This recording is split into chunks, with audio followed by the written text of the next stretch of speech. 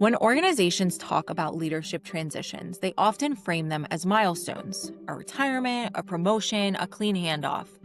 But in reality, leadership transitions are one of the highest risk moments in an organization's life. Not because people leave, but because systems, trust, and identity are suddenly tested. Research shows that 27 to 46% of leadership transitions are seen as failures within 2 years. Not because leaders lack capability, but because organizational context isn't transferred effectively. Founders don't just build companies, they build informal systems. Over time, those systems work, not because they're scalable, but because the founder is always there to resolve the friction. This is what made early companies like Apple under Steve Jobs or Amazon under Jeff Bezos so effective.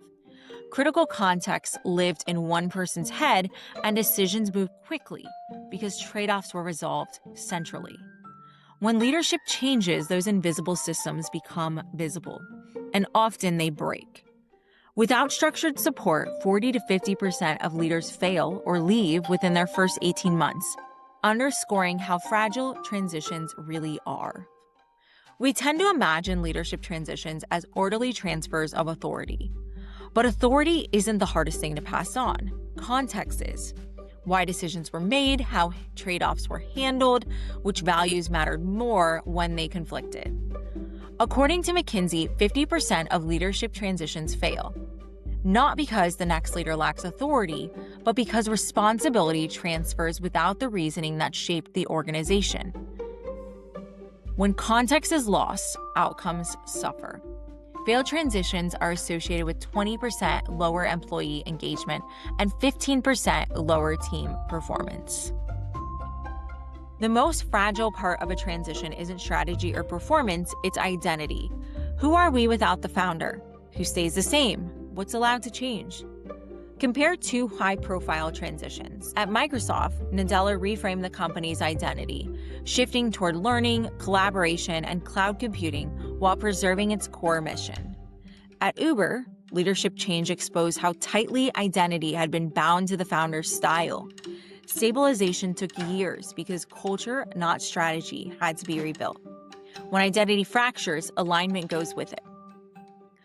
Organizations that survive leadership transitions don't aim for continuity alone.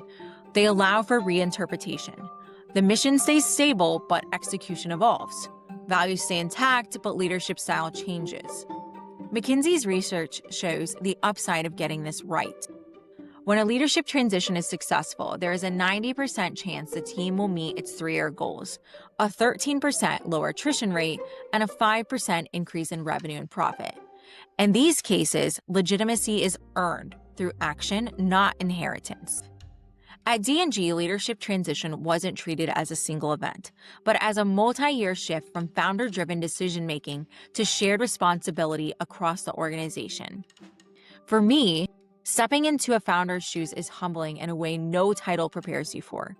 You don't just inherit responsibility, you inherit expectations, history, and a version of the company that exists in people's memories. Leadership transitions aren't about preserving the past or replacing it. They're about deciding what's foundational and what must adapt. Legacy isn't what you protect from change, it's what you make strong enough to evolve. For organizations with real-world consequences, leadership transition isn't about who's in charge, it's about carrying context and judgment forward to keep the mission moving.